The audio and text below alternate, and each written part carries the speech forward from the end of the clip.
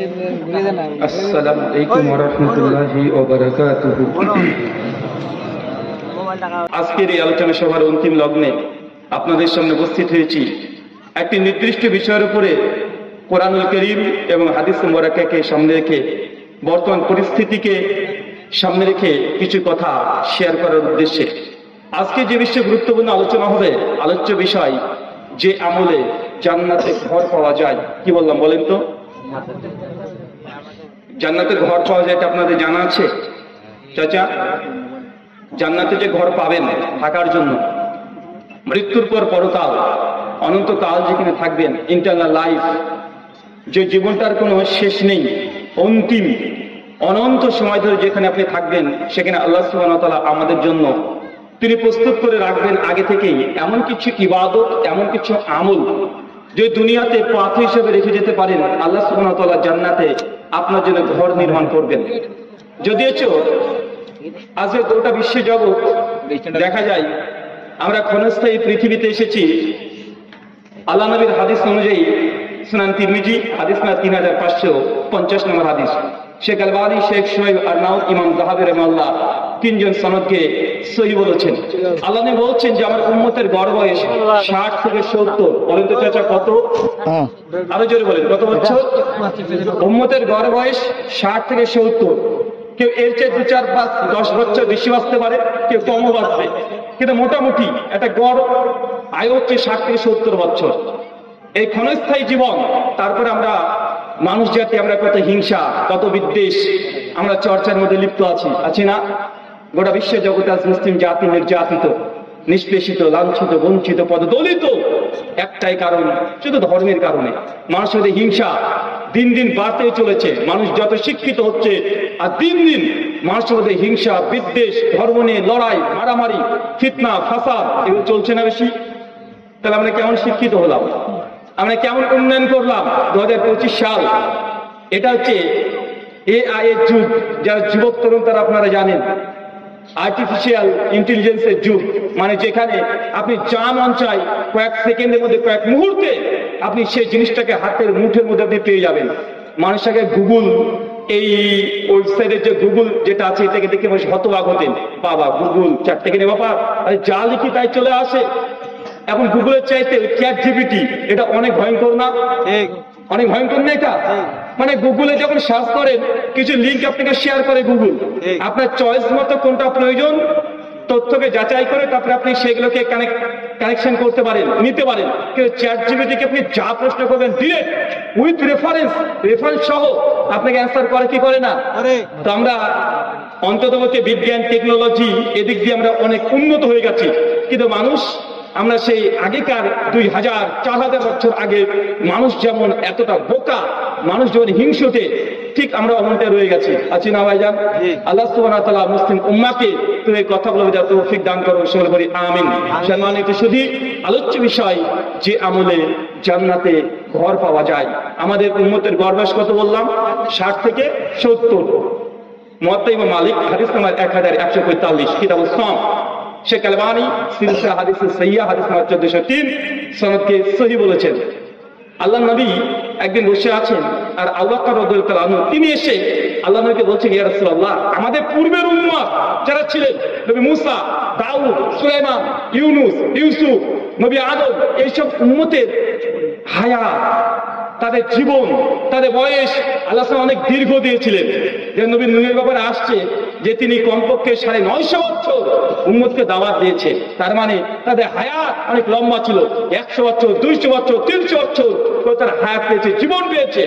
তো আল্লাহ নবীর কাছে এসে যখন এই কথা বলছেন, তো আমরা উম্মতে মুহাম্মদী মাত্র 60-70 বছর বাঁচবো, এটা কেমন হয়ে গেল না? আগেকার উম্মত 900 বছর বেঁচেছে, 500, 400, 300, 200।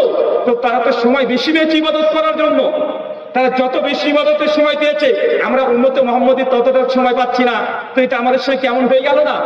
একজন ছাত্রকে শিক্ষক বললেন যে 100টা প্রশ্ন দিলাম তোমাকে, একজনকে 1 ঘন্টার সময়, একজনকে 3 ঘন্টার সময়। ভাই, তার মানে মনে হচ্ছে না যে 3 ঘন্টা যে সময় পেয়েছে সে বেশি অ্যান্সার করতে পারবে?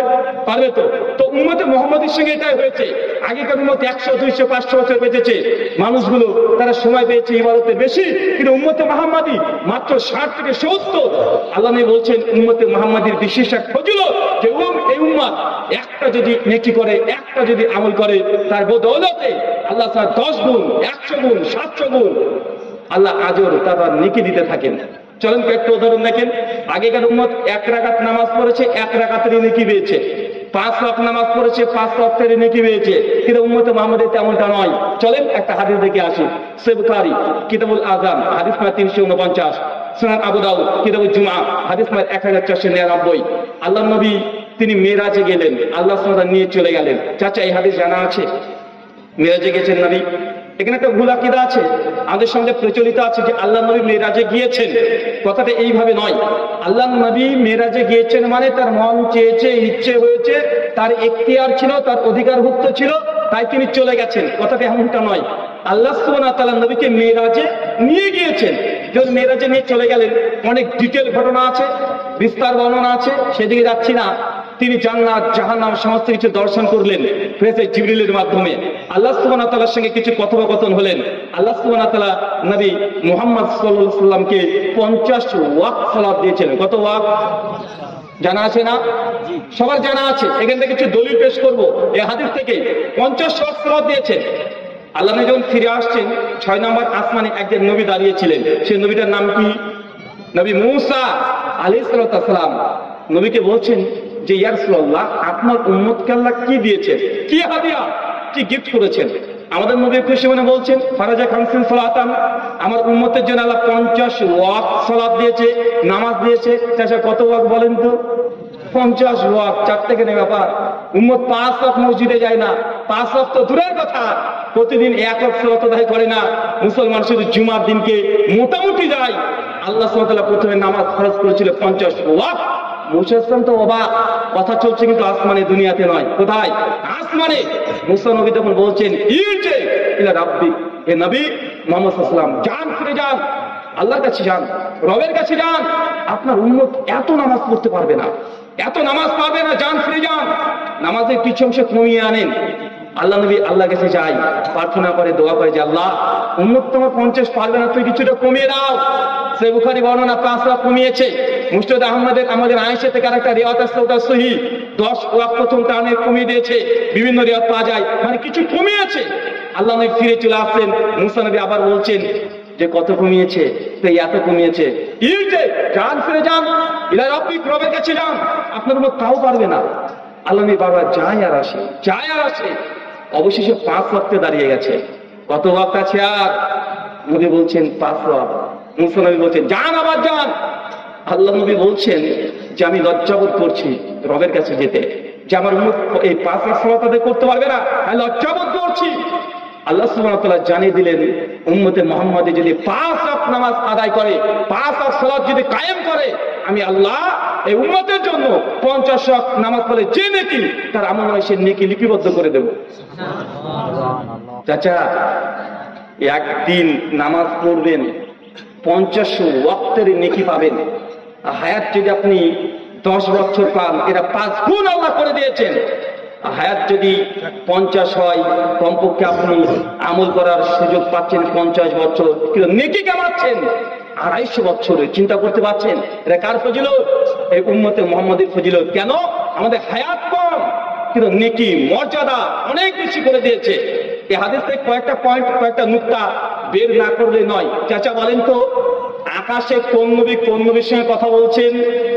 আমাদের নবীর সঙ্গে নবী মূসা আলাইহিস সালামের কথোপকথন হচ্ছে। এখন বলেন তো, কোন নবীর মাকাম, মর্যাদা বেশি? কোন নবীর? কথা বলেন আমার সঙ্গে, কোন নবীর?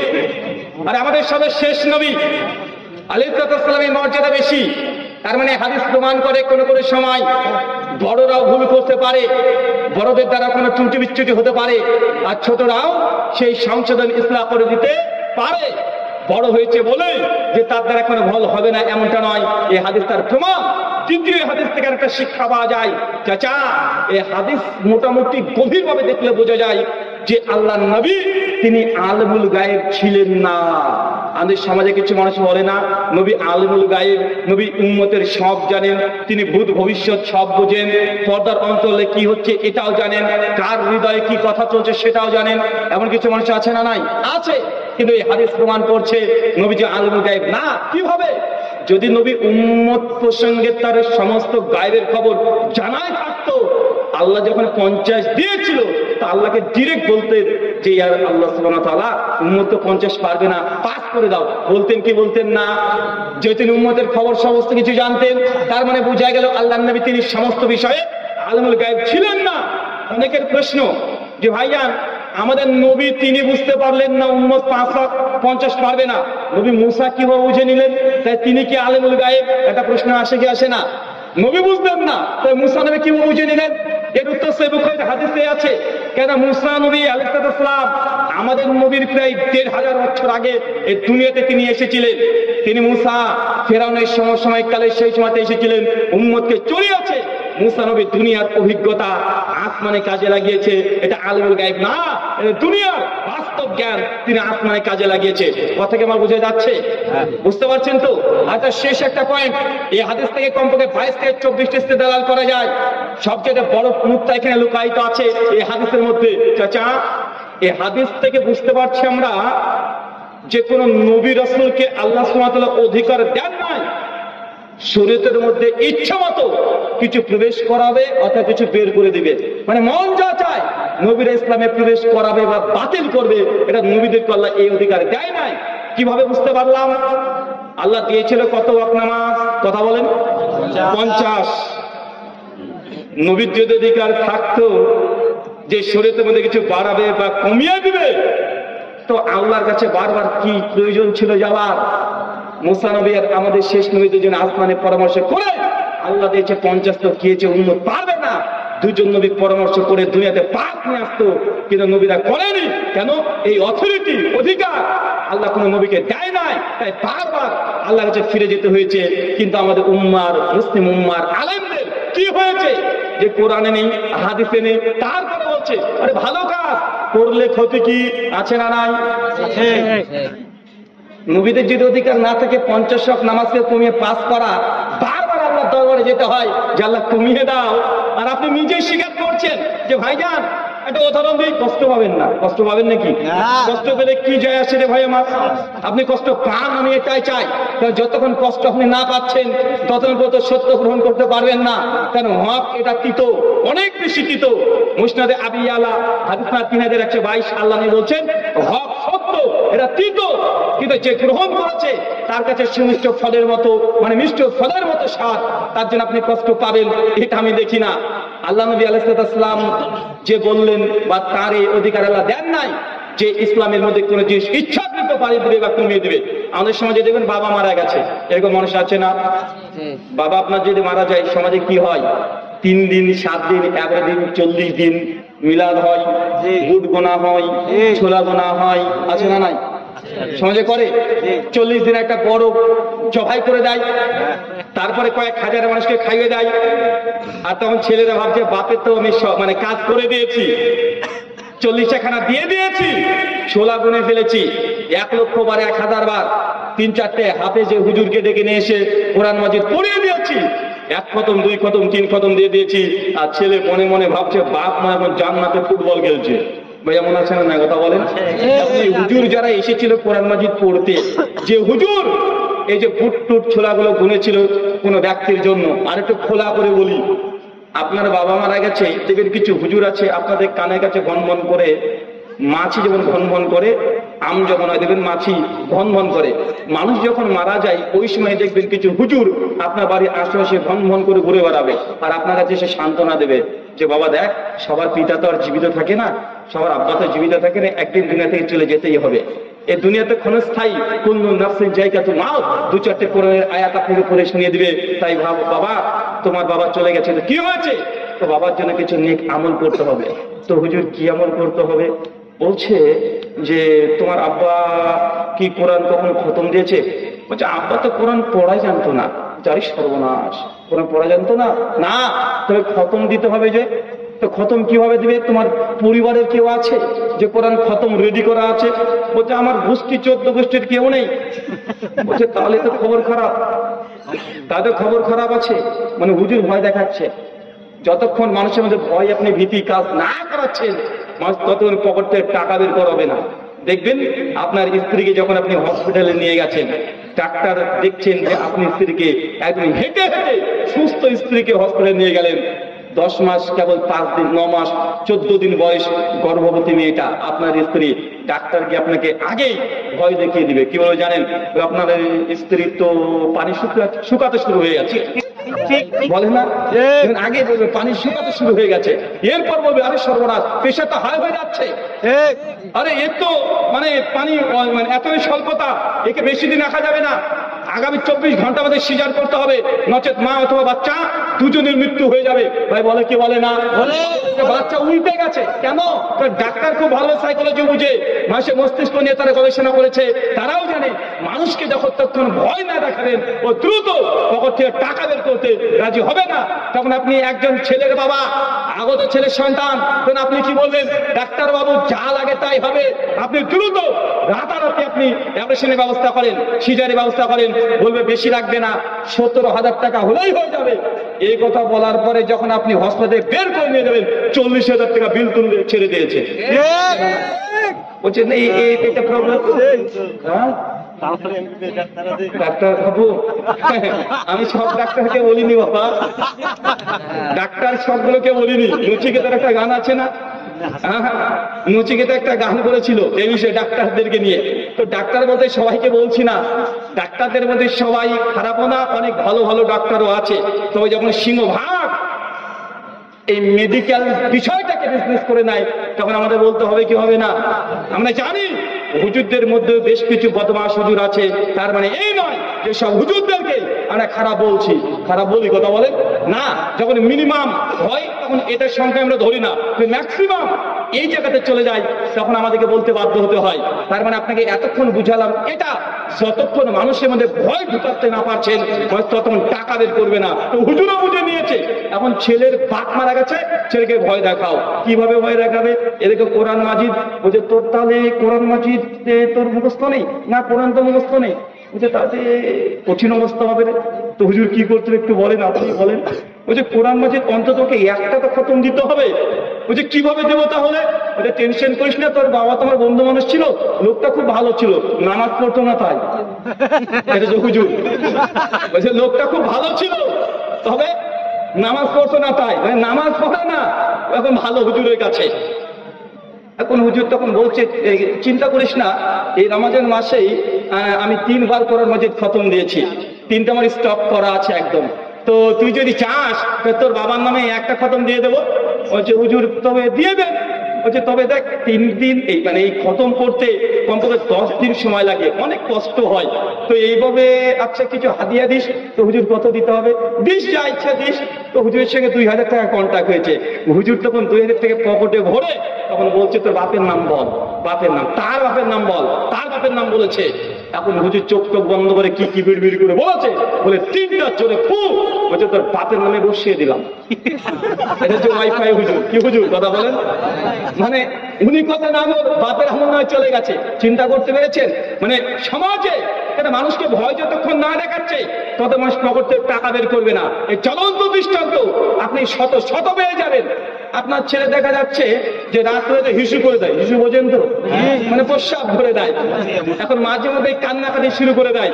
ছেলের নতুন হয়েছে, আপনার ফার্স্ট বেবি, অনেক আদরের যত্নের, বাবা মার একটাই সন্তান, প্রথম হয়েছে, মা তো পাগল হয়ে গেছে যে ছেলে আমার কাঁদে কেন, রাতে তো হঠাৎ করে কাঁদে, দৌড়তে তো হুজুরে গেছে, হুজুর ছেলে আমার প্রতিদিন রাত্রে কাঁদতে শুরু করে দেয়, কি হয়েছে?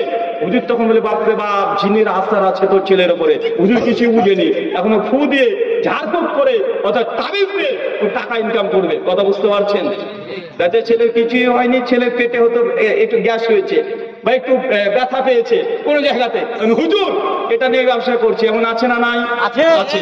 তাই আপনাকে আমি এই কথা বলার আগে এটা বোঝানোর চেষ্টা করলাম, ওই যে আল্লাহ নবীর শরীয়তের মধ্যে তিনি স্বেচ্ছায় 50 ওয়াক্ত নামাজকে কমিয়ে পাস করতে পারছে না, বারবার আল্লাহকে ফিরে যেতে হচ্ছে, আল্লাহ নামাজকে তুমি একটু কমিয়ে দাও। কিন্তু আমাদের হুজুরা বলছে, আমরা জানি বাপ মারা গেলে 40 খানা দেওয়ার কথা কোরআন হাদিসের কোনো জায়গায় নেই, হাদিসে তো নেই। সাহাবীদের মধ্যে কোনো আমল ছিল না, সাহাবী তো বাদ দেন, তাবেঈনদের মধ্যে কোনো আমল নেই, তাবেঈনের মধ্যে নেই, 4 ইমামের মধ্যে নেই, কোনো মুহাদ্দিস এই আমল করে নাই। তো হুজুর আপনি করছেন কেন? হুজুর বলছে, দেখ ভালো কাজ করলে ক্ষতি কি, খারাপটা কি করলাম? আরে কোরআন মাজিদে তো পড়েছি, আরে লক্ষ্যবার তো কালিমায় পাঠ করেছি, আরে মানুষকে খাওয়ানো কি খারাপ কাজ? মানুষকে মানে খাওয়ানো তো খারাপ কাজ নয়, ভালো কাজ। কোরআন মাজিদ পড়া তো খারাপ কাজ নয়, ভালো কাজ। তো ভালো কাজ কোরআন হাদিসে নেই তো কি হয়েছে?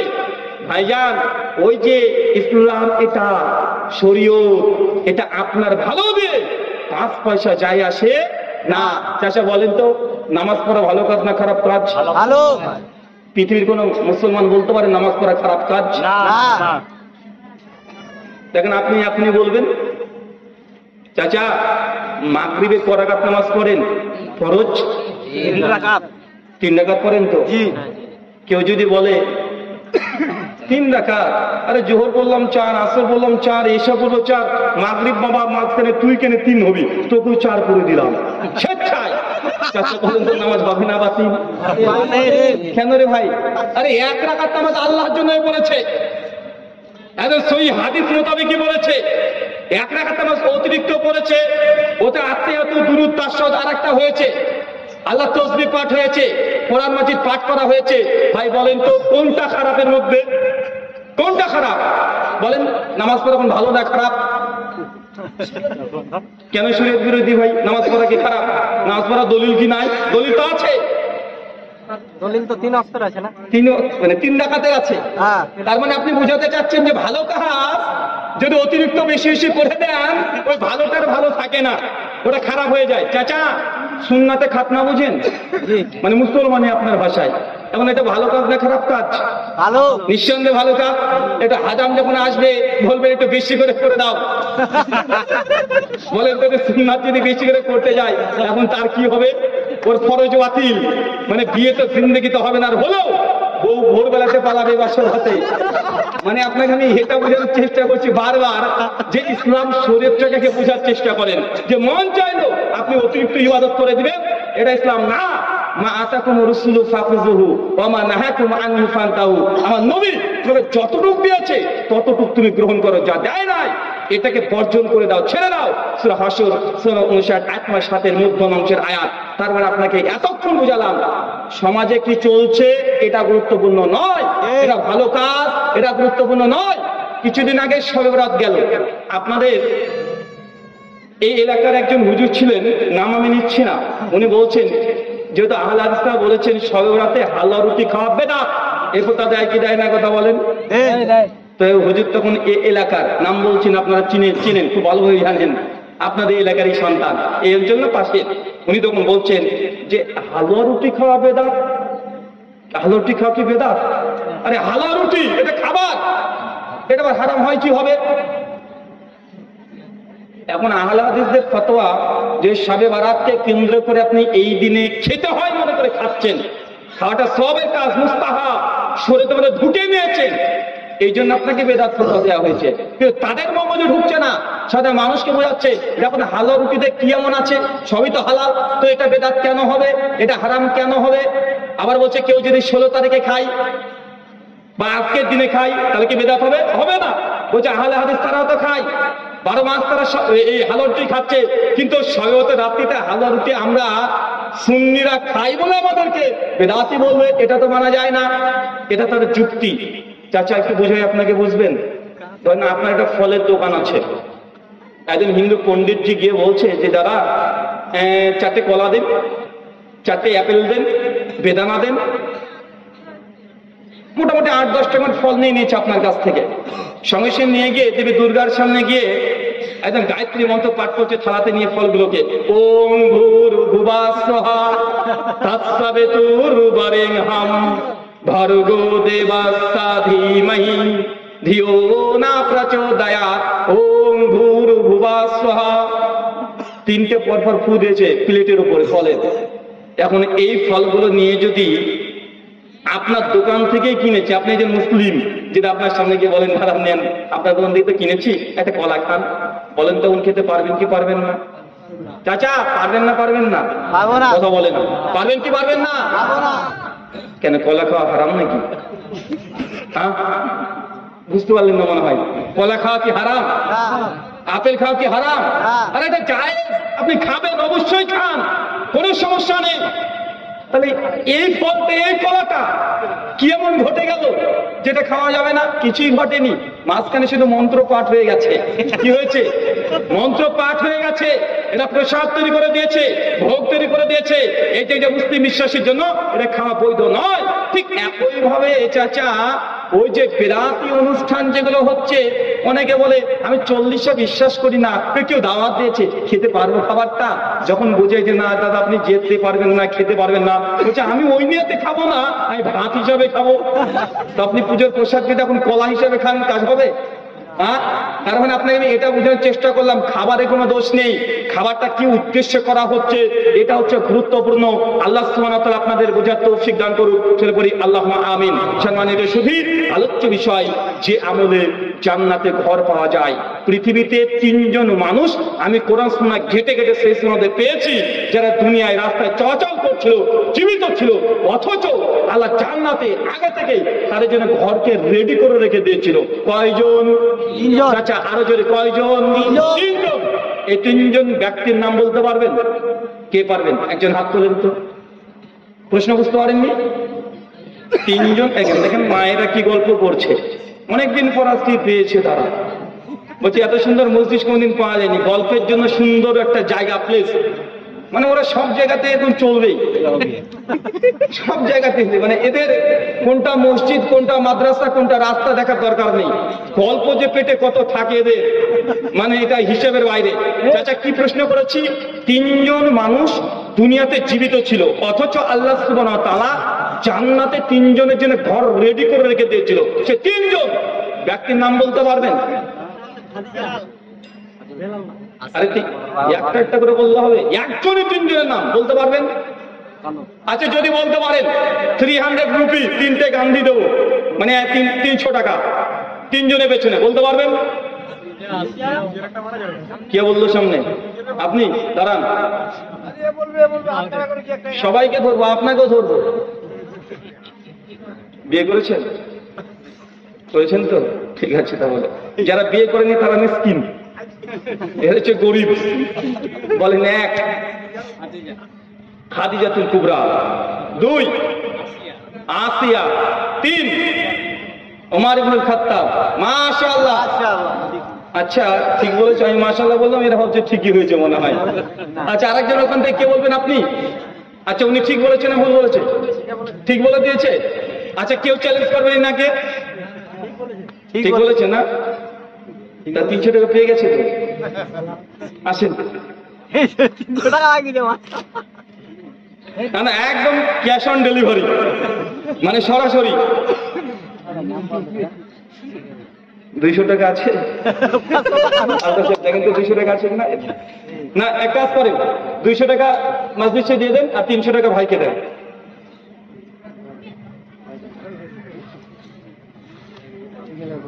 সম্মানিত সুধী, কয়জনের নাম বলেছে বলেন তো? 3 জন। 3 জন। তারা কি পেয়েছে? জান্নাতে ঘর। জান্নাতে আগে থেকে ঘর পেয়ে গেছে। 1 আসিয়া, 2 খাদিজা, 3 ওমর ইবনুল খাত্তাব। চলেন 3 জনের ব্যাপারে যৎসামান্য আমরা কিছু জেনে আসি। প্রথম কি নাম বলেছিলাম? বিবি আসিয়া। চাচা বলেন তো আসিয়া কে? ফেরাউনের স্ত্রী। চিন্তা করতে পারছেন? ফেরাউন কত বড় আল্লাহর ওলি, যে তার স্ত্রী জান্নাতে ঘর পেয়ে গেছে। ফেরাউন কে? চাচা কার ওলি? কথা বলেন, এসেই চলে যাই। ফেরাউন কার স্ত্রী? ফেরাউন কার স্ত্রী না, আসিয়া ফেরাউনের স্ত্রী। ফেরাউন হচ্ছে দুনিয়ার সবচেয়ে পাপিষ্ঠ, খারাপ, বদমেজাজি, জালেম শাসক ছিল, অথচ তার স্ত্রী জান্নাতে ঘর পেয়ে যাচ্ছে। এখান থেকে একটা জিনিস আপনি নোট করতে পারেন, ইসলাম হচ্ছে এমন একটা ধর্ম যেখানে রক্তের সম্পর্কের 5 পয়সা মূল্য নেই, সম্পর্কে 5 পয়সা মূল্য নেই। কে নবীর স্ত্রী, ইসলাম এটা দেখে না। কে জালেম শাসকের স্ত্রী, ইসলাম এটা দেখে না। একজন নবীর স্ত্রী জাহান্নামে যাবে, সে নবীটার নাম কি? কথা বলেন। লূত আলাইহিস সালাম। সূরা তাহরিম খোলেন, আয়াত নম্বর 9। নবীর স্ত্রী জাহান্নাম, আর অপরদিকে ফেরাউনের স্ত্রী জান্নাত। চিন্তা করতে পারছেন? আরে নবীর বাবাও জাহান্নামে যাবে। কোন নবীর বাবা জাহান্নামী? নবী ইব্রাহিম আলাইহিস সালাম। তার পিতার নাম কি? আজর। সহিহ বুখারী কিতাবুল আম্বিয়া হাদিস 3350। আল্লাহ নবী নিজে ঘোষণা করছেন যে কিয়ামতের মাঠে নবী ইব্রাহিমের সঙ্গে তার বাপ আজরের সাক্ষাৎ হয়ে যাবে। নবী ইব্রাহিম বারবার তার বাপের জন্য সুপারিশ করার চেষ্টা করবে, আল্লাহ সেটাকে নাকচ করে দিবে। তার ফেরেশতা তার বাবা আজরকে টেনে হিঁচড়ে জাহান্নামে উল্টো করে নিক্ষেপ করে দিবে। তার মানে আপনাকে আরেকটা পয়েন্ট আমি এখানে বোঝানোর চেষ্টা করছি যে নবীর বাপও জাহান্নামে যেতে পারে। কিন্তু আমাদের সমাজে দেখেন অনেকে ব্যবসা চলছে কি, পীরের বাচ্চা পীর চলছে না ভাইজান? তার বাপ পীর মানে সেও পীর। আরে সর্বনাশ, আওলাদে রাসূল, রাসূলের বংশধর, আর মানুষ তার কাছে একদম লাইভ দিয়ে বায়াত করছে, ভাবছে আওলাদে রাসূল, রাসূলের বংশধর, 17 নম্বর বংশ, তার কাছে বায়াত করলে জান্নাত কনফার্ম।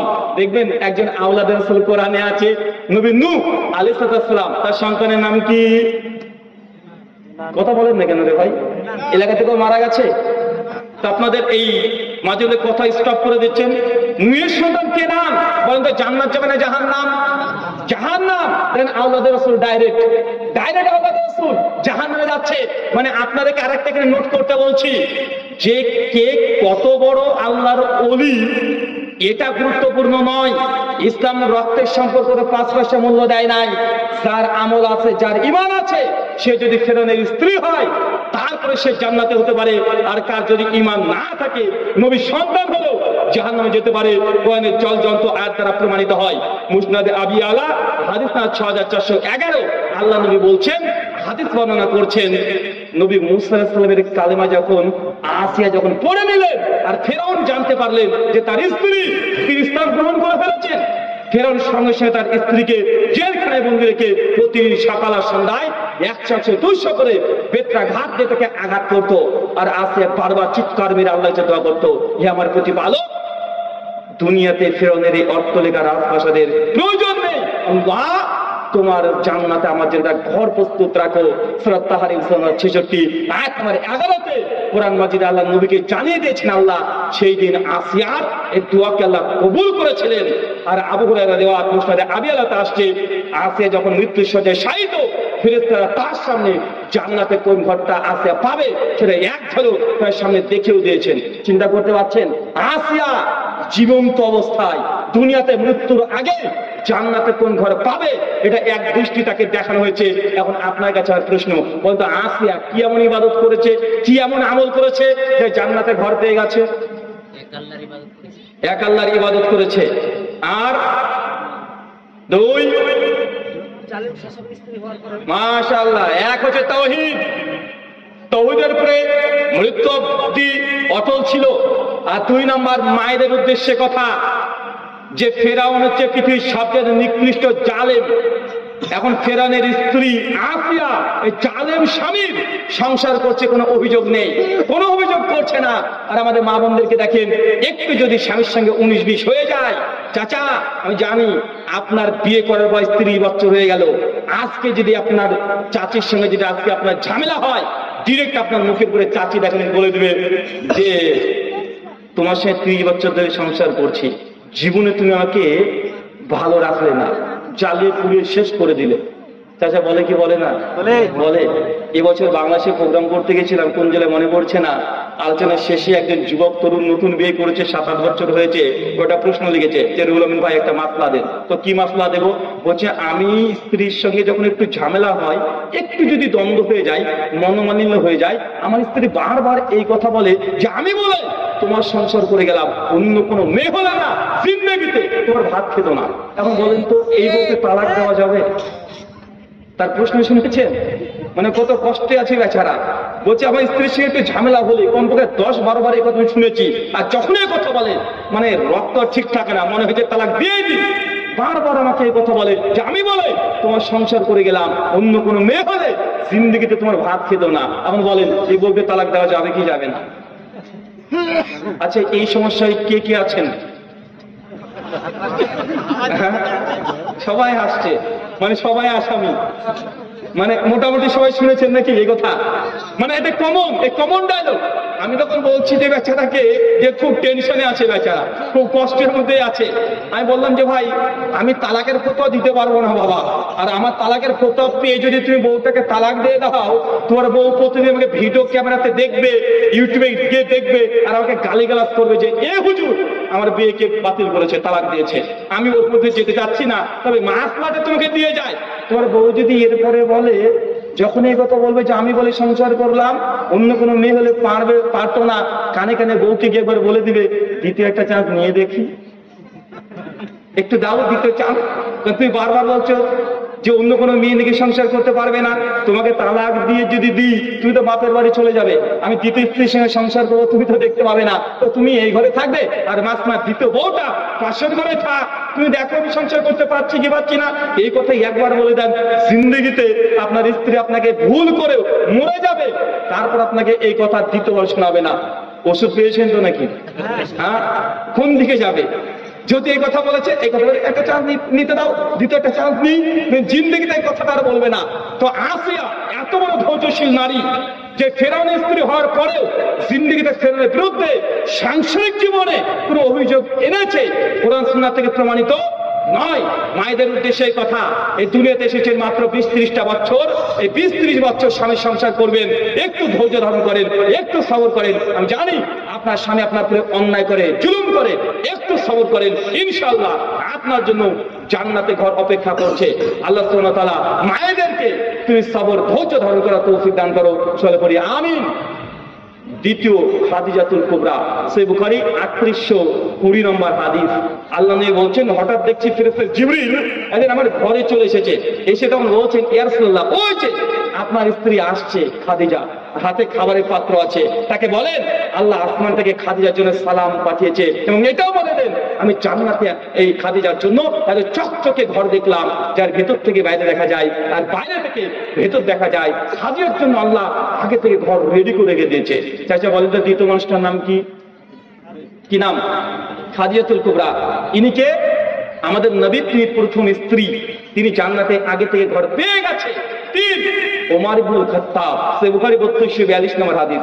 আল্লাহ যখন মেরাজে গেলেন, জান্নাতে পরিদর্শন করছেন, নবী বলছেন যে হঠাৎ করে একটা ঘরের দিকে বারবার দৃষ্টি চলে যায়, এত দৃষ্টি নন্দন ঘর, চমৎকার ঘর, বারবার দৃষ্টি আমার আকর্ষণ করে। জিবরিলকে বললাম, জিবরিল এই চমৎকার ঘর জান্নাতে কার এটা? জিবরিল বলছেন, ইয়া রাসূলুল্লাহ, এটা আপনার উম্মতের ওমর বিন খাত্তাবের জন্য আল্লাহ তৈরি করে রেখেছেন।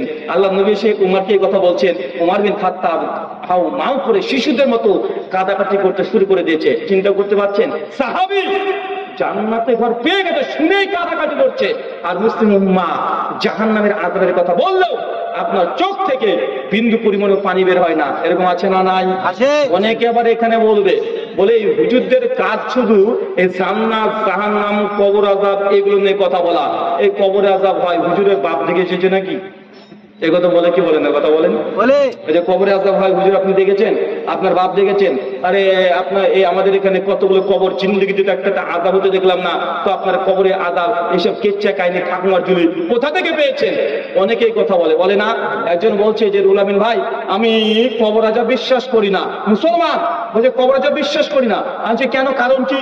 উনি তখন বলছেন যে ছোট থেকে শুনে আসছে হুজুরা বলে যে কবরে যখন আল্লাহ আযাব দেয় তো ডান পাজরে হার বাম পাজরে ঢুকে যায়, এত চাপ দেয়, একটা সাপ আসবে তার ৭০ খানা মাথা, একবার ছবল মারবে ৭০ বছর সে ব্যথা থাকবে। তো আমি ছোট থেকে আমার ইচ্ছা যে কবরের আযাব দেখবো, অনেক চেষ্টা করেছি, পাইনি। আজকে কিভাবে চেষ্টা করেছেন? উনি বলছেন যে আমি যে গ্রামে থাকি, আমাদের বাড়ির পাশে একটা ফুটবলের ময়দান, আর তার পাশে কবরস্থান। তো মাঝে মাঝে যখন ফুটবল আমরা বন্ধুরা একসঙ্গে খেলি, জোরে একটু বল মেরে দিলেই বলটা মাঝে মধ্যে কবরের মধ্যে চলে যায়, আর বন্ধুরা ভীতু, কেউ কবরের মধ্যে ঢুকে বলটা আনতে চায় না। কিন্তু আমার ইচ্ছা কবর আযাব দেখেই ছাড়বো যদি হয়। আমি কবরে নামি, বলটাকে তুলি, বারবার তাকিয়ে দেখি, কই কবরে আযাব তো দেখা যায় না। ওই যে অনেকদিন ধরে ট্রাই করছি, ওই কবর আযাব দেখতে পাই না, বিধায় আমি কবরের আযাবকে বিশ্বাস করি না। আমি তাকে বললাম যে ভাইজান এখন কবরের আযাব কি প্রমাণ করা সম্ভব বলেন? এটা বারযাখী জীবন, এই জগতের সঙ্গে তোমাদের কানেকশন নেই। আমি তখন বললাম যে ভাই স্বপ্ন দেখেন, স্বপ্ন দেখি মানে স্বপ্ন দেখতে দেখতে অনেকে স্বপ্ন দোষশুদ্ধ হয়ে যায়, সে স্বপ্ন আমাকে দেখে। বিজ্ঞান বা সায়েন্স আমাদেরকে বলছে মানুষের জ্ঞান অর্জন করার 5টা মাধ্যম, 5টা ইন্দ্রিয় দিয়ে মানুষ জ্ঞান অর্জন করেন। পেছনে ডক্টর আছে, তার মধ্যে এক হচ্ছে চক্ষু, কর্ণ, নাসিকা, জিহ্বা, ত্বক, মানে 5টা ইন্দ্রিয়ের মাধ্যমে আপনি জ্ঞান অর্জন করতে পারবেন। এর বাইরে কোনো জ্ঞান অর্জন করার মানুষের কোনো মাধ্যম নেই। চোখ দেখলেও জ্ঞান অর্জন করবেন, পঁচিশ দেখলেন একটা জ্ঞান আপনার হলো। যে কানা সে শুনবে, শুনে শুনে সে জ্ঞান অর্জন করলো। এখন কোনটা ঠান্ডা কোনটা গরম এটা চোখ দিয়ে দেখে আপনি বলতে পারবেন? পারবেন না। কান দিয়ে আপনি শুনে বলতে পারবেন? পারবেন না। কি লাগবে? ত্বক লাগবে। হাতে রেখে দেন, এটা বরফ, এটা আগুন, আপনি বুঝতে পারবেন। এখন কোন তেঁতুল, কোনটা টক, কোনটা মিষ্টি আপনি বুঝতে পারবেন। যদিও সমাজে প্রচলিত আছে আঙ্গুর ফল টক, ওই যে শিয়ালের গল্প, ভাই আঙ্গুর কি সত্যি টক হয়? মিষ্টি হয় না? হ্যাঁ, এখন আঙ্গুর দেখে আপনি বুঝতে পারেন কোনটা টক কোনটা মিষ্টি। এর জন্য কি লাগবে? জিহ্বা লাগবে। তাহলে 5টা ইন্দ্রিয় দিয়ে মানুষ জ্ঞান অর্জন করে। আমার সাদা মনে সাদা প্রশ্ন, চাচা স্বপ্নের মধ্যে কখনো মিষ্টি খেয়েছেন? হ্যাঁ, স্বপ্নের মধ্যে মিষ্টি খাননি? বা স্বপ্নের মধ্যে কোনো তেঁতুল মানে কোনো খাবার স্বপ্নের মধ্যে খেয়েছেন? আচ্ছা, স্বপ্নের মধ্যে যদি মিষ্টি খান তো স্বপ্নের মিষ্টিটা খেতে কেমন লাগে? টক না ঝাল? কেমন লাগে? মিষ্টি লাগে। আরে ভাই, স্বাদ গ্রহণ করে কে? জিহ্বা। তো স্বপ্নের মধ্যে দেখি জিহ্বা দিয়ে আপনি মিষ্টি খেয়েছেন? কই রস কই? দেখতে পাই না তো। তো ওটা মিষ্টি হলো কিভাবে? আচ্ছা এটা বাদ দেন। আচ্ছা, স্বপ্নের মধ্যে এমন কখনো দেখেছেন যে আপনার শত্রু আপনাকে তার চেয়ে বেধড়ক পেটাচ্ছে, ধুমধাম মারছে, চিৎকার মারছেন, পালানোর চেষ্টা করছেন, পালাতে পারছেন না, বাঁচা করছেন, অনেক করছেন, কেউ দৌড়তে পারছেন না, ভয়ে ভীত সন্ত্রস্ত, ঘুম থেকে উঠে ওরা শরীর ঘেমে গেছে, এমন হয় কি হয় না? তার মানে বোঝায় স্বপ্নের মধ্যে একটা যে আযাব আপনাকে দেয়া হয়েছে, এই আযাব কি আপনি সম্পূর্ণ অনুভব করেছেন? আর স্বপ্নে কখনো এটা দেখেছেন? যুবক 14ই ফেব্রুয়ারির আগে অনেক স্বপ্ন, গার্লফ্রেন্ড এসে একটা গোলাপ ফুল দিয়েছে, এসে আই লাভ ইউ বলে দিয়েছে, ও বাঘ ন্যাংটা হয়ে নাচছে, ঘুম ভেঙে দেখছে স্বপ্ন। ওই যে স্বপ্ন হলো। তার মানে যদি ভালো কোনো ফিলিংস পায় স্বপ্নের মধ্যে, ওটার প্রতিক্রিয়া ইফেক্ট কাজ করে। কি করে? কথা বলেন, কাজ করে। আবার খারাপ যদি কোনো কিছু হয় সেটার কষ্ট সে অনুভব করতে পারে। এখন আমি যদি বলি বাবা আমি তোমার স্বপ্নকে বিশ্বাস করি না, তুই যে স্বপ্ন দেখেছো পৃথিবীর সুপার কম্পিউটার বা মাইক্রোসফট যন্ত্র দিয়ে তোমার স্বপ্নটাকে মেমোরি কার্ড করে আজকে প্রজেক্টরে চালিয়ে দেখাও, তারপরে বুঝতে পারবে যে তুমি স্বপ্ন দেখেছো, নচে তুমি স্বপ্ন বিশ্বাস করি না। কেউ যদি দাবি করে বিজ্ঞানের বাপের ক্ষমতা আছে, মানুষ যে স্বপ্নটা দেখলো এটা মেমোরাইজ করে ভিডিওতে ধারণ করে মানুষকে পরবর্তী সময় দেখাবে। কথা বলেন, হয়তো স্বপ্নের মধ্যে আপনি ব্যথা পেলে অনুভব করতে পারেন কি পারেন না? স্বপ্নের মধ্যে যদি কোনো আনন্দের স্বপ্ন দেখেন খুশি আপনি হতে পারেন কি পারেন না? ঠিক কবরে আযাব অমনটাই। দেখছে আপনি ক্লান্ত হয়ে বিছানাতে শায়িত আছেন, শুয়ে আছেন, আপনার স্ত্রী পাশে মাথার পাশে বসে ও টিভিতে সিনেমা সিরিয়াল দেখছে, আর স্বপ্নের মধ্যে দেখছেন যে আপনি গাড়ির দুর্ঘটনায় অ্যাক্সিডেন্ট করে একদম কান্নাকাটি করছেন, স্বপ্নের মধ্যে চিৎকার মারছেন, বাঁচা করছেন, চিৎকার মারছেন, অথচ আপনার স্ত্রী টিভি দেখছে, ও বুঝতে পারবে যে আপনি অ্যাক্সিডেন্ট করেছেন? আপনার পা কেটে গেছে, রক্ত বের হচ্ছে, বুঝতে পারবে? যদি হাঁ করে তাকিয়ে থাকে তারপরে বুঝতে পারবে? পারবে না। স্বপ্ন সিমিলার, বারযাখী জগৎ, কবর আযাব। আপনি কবর করে দেখবেন হাড় আছে, যার আযাব হচ্ছে সেই বুঝতে পারবে আযাব হচ্ছে, যার জান্নাতে সুগন্ধি পাচ্ছে সে শুধুমাত্র বুঝতে পারবে। আপনি যত চেষ্টা করেন, যত সায়েন্স বিজ্ঞানকে একজোট করেন, তারপরেও আপনি এটাকে ধারণ করার ক্ষমতা নেই। জাস্ট একটা উদাহরণ, একজন আমাকে বলছে ভাই হুজুররা বলছিল আল্লাহ বিচার করবেন আসর থেকে মাগরিব, সুনান আবু দাউদের হাদিস, মানে এই অল্প সময় 2-3 ঘন্টার মধ্যে সমস্ত মানুষের আল্লাহ হিসাব করে ফেলবে, মাত্র 2-3 ঘন্টা। ওর প্রশ্ন কি জানেন? ও বলছে রাহুল ভাই এই 3 ঘন্টার মধ্যে পৃথিবীতে এখন 800 কোটি মানুষ, আর নবী আদম থেকে কিয়ামত পর্যন্ত কত মিলিয়ন বিলিয়ন ট্রিলিয়ন মানুষ পৃথিবীতে আসবে যাবে, তো 3 ঘন্টাতে এত মানুষের হিসাব নেওয়া কি সম্ভব? এখন আল্লাহ যদি কাউকে সত্যি লোকটা জাহান্নামী ভুল করে যে জান্নাতে দিয়ে দেয়, ও ভাবছে আপনাদের পঞ্চায়েতের ওই হ্যাবলার বেটা বিচার করে আল্লাহকে ওরকম মনে করেছে, বা আমাদের যত ক্রপ্টের যত আইন শৃঙ্খলা যা আছে আদালত আছে ও ওরকম আল্লাহকে মনে করছে যে উল্টো পাল্টা রায় দিয়ে দিবে। ওই যে এত অল্প সময় এই মিলিয়ন মিলিয়ন ট্রিলিয়ন মানুষ হিসাব করে কি সম্ভব? যদি যুক্তিটা তো ধরে না। এটা লজিক্যালি পসিবল না। আমি তাকে বলছি, ভাই যখন তোমার জ্বর হয় তুমি কোথায় যাও? ও তখন বলছে, কেন ডাক্তারখানাতে যাই। আচ্ছা ডাক্তারখানাতে গিয়ে কি করে? ডাক্তার একটা পকেট থেকে বা ব্যাগ থেকে একটা কাঁচের টুকরা বের করে, নাম তার থার্মোমিটার, ওর মধ্যে পারদ থাকে, 4-5 বার জোরে জোরে ঝাড়া দেয়, তার বগলের তলে রেখে দেয় অথবা মুখের মধ্যে ঢুকিয়ে দেয়। 1-1.5-2 মিনিট পরে মুখ বা বগলের তল থেকে বের করে আবার ঝাড়াতে বলেছি 106 ডিগ্রি টেম্পারেচার। বাবা তোমার খবর আছে, বলতে পারে কি পারে না? চাচা আপনার শরীরের টেম্পারেচার যদি মাপা যায়, তা আল্লাহ যদি কিয়ামতের মাঠে এমন একটা যন্ত্র আবিষ্কার করে যে মানুষ কত গোনা করেছে, কত নেকি করেছে, থার্মোমিটারের মতো একখানা যন্ত্র যদি আপনার মুখে বা পেছনে যদি গুজে দেয়, আর 1 মিনিট পর যদি বের করে যদি বলে যে বাবা তুই 40 বছর হায়াতে টোটাল 33,22,000 তুমি গোনা করেছো আর মাত্র 3,500 নেকি করেছো, আল্লাহ এমন যন্ত্র আবিষ্কার করতে পারে কি পারে না? তো এটা কি পসিবল না? ও আল্লাহকে নিয়ে টেনশন করছে, আর আল্লাহ তো মিজান রেখে দিয়েছে মাসের হিসাব করার জন্য। আপনি চিন্তা করেন না, আপনার কাজ নেকি করা, নেকি গণনা করার জন্য আল্লাহ আপনাকে দায়িত্ব দেয় নাই। নেকি গণনা করবে তো ফেরেশতা, আপনার কাজ নেকি করা। তাই আপনি মনে করেন না যে পরকাল নেই, এটা হুজুরদের বানানো।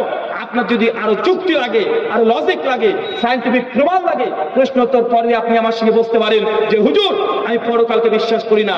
লজিক্যালি, রেশনালি, সায়েন্টিফিক ভাবে এটা প্রমাণ করা সম্ভব যে মৃত্যুর পর পরকাল আছে, অবধারিত আছে, নচেত সৃষ্টি জগতে 5 পয়সা মূল্য নেই। আলোচ্য বিষয় যে আমলে জান্নাতে ঘর পাওয়া যায়। চাচা কয়জন জান্নাতে ঘর অলরেডি পেয়ে গেছে? 3 জন। আমরা কে কে জান্নাতে ঘর চাই? 2 হাত তুলি, 2 হাত তোলেন। চান তো ঘর? আল্লাহ তুমি কবুল করো, আমিন। চলেন মাত্র 4টা আমলের কথা বলবো। কয়টা? এই আমলগুলো করবেন তো ইনশাআল্লাহ? 4টা আমল বলবো, যে 4টা আমল করলে আপনি ওমর বিন খাত্তাবের মতো, আজের মতো জান্নাতে ঘর আপনার জন্য তৈরি করে রাখবেন। মৃত্যু হয়ে যাবে, ইনশাআল্লাহ জান্নাতে আপনি প্রবেশ করবেন, আপনার স্পেশাল ঘর আল্লাহ তৈরি করে রেখে দিয়েছে। প্রথম আমল সহিহ বুখারী কিতাবুস সালাত হাদিস নাম্বার 450।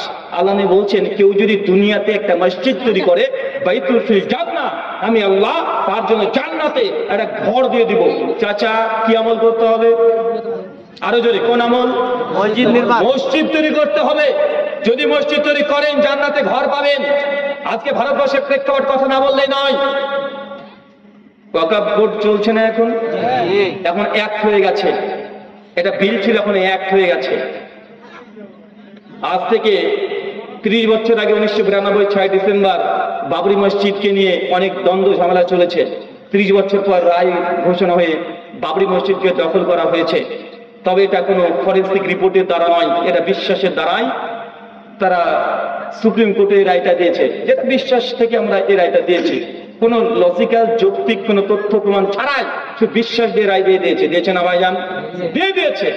নতুন করে ওয়াকফ বোর্ড বিল, এটা অ্যাক্ট হয়ে গেছে, অলরেডি পাস হয়ে গেছে। বাবরি মসজিদ তো একটা মসজিদ দখল হয়েছে, এটা যদি স্থায়ী যদি অ্যাক্ট হয়ে যায়, রাতারাতি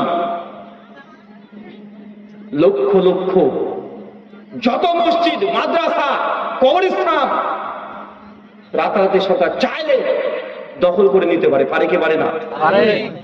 এই তো 4 দিন আগেকার ঘোষণা খবর, হিন্দুস্তান টাইমেও আছে, টাইমস অফ ইন্ডিয়াতেও ছাপিয়েছে, বাংলা অনেকগুলো পত্রিকাতে ছাপিয়েছে। ইউপিতে যোগীর রাজ্যে 170খানা মাদ্রাসাকে সিল করে দিয়েছে অলরেডি। 170খানা মাদ্রাসা। আচ্ছা বলেন তো, আজ থেকে 500-600 বছর আগে আপনার বাপ দাদা তারা একটা জমি ডোনেট করেছে আল্লাহর জন্য, এখানে মাদ্রাসা হবে। 500 বছর আগে মাসে কাগজের গুরুত্ব বুঝতো? কথা বলেন। 500 বছর পরকে যদি কাগজ দেখতে চাই, দেওয়াটা কি সম্ভব? এটা সম্ভব নয়। এমন এই কারণে এটাকে বেস করে ভিত্তি করে লাখ লাখ মসজিদ, মাদ্রাসা, কবরস্থানকে দখল করে নিচ্ছে। কেননা জানে তারাও যে ভারতবর্ষে মুসলমানদের কত, কমপক্ষে 9 লক্ষ একর জমি মুসলিমদের সম্পত্তি আছে।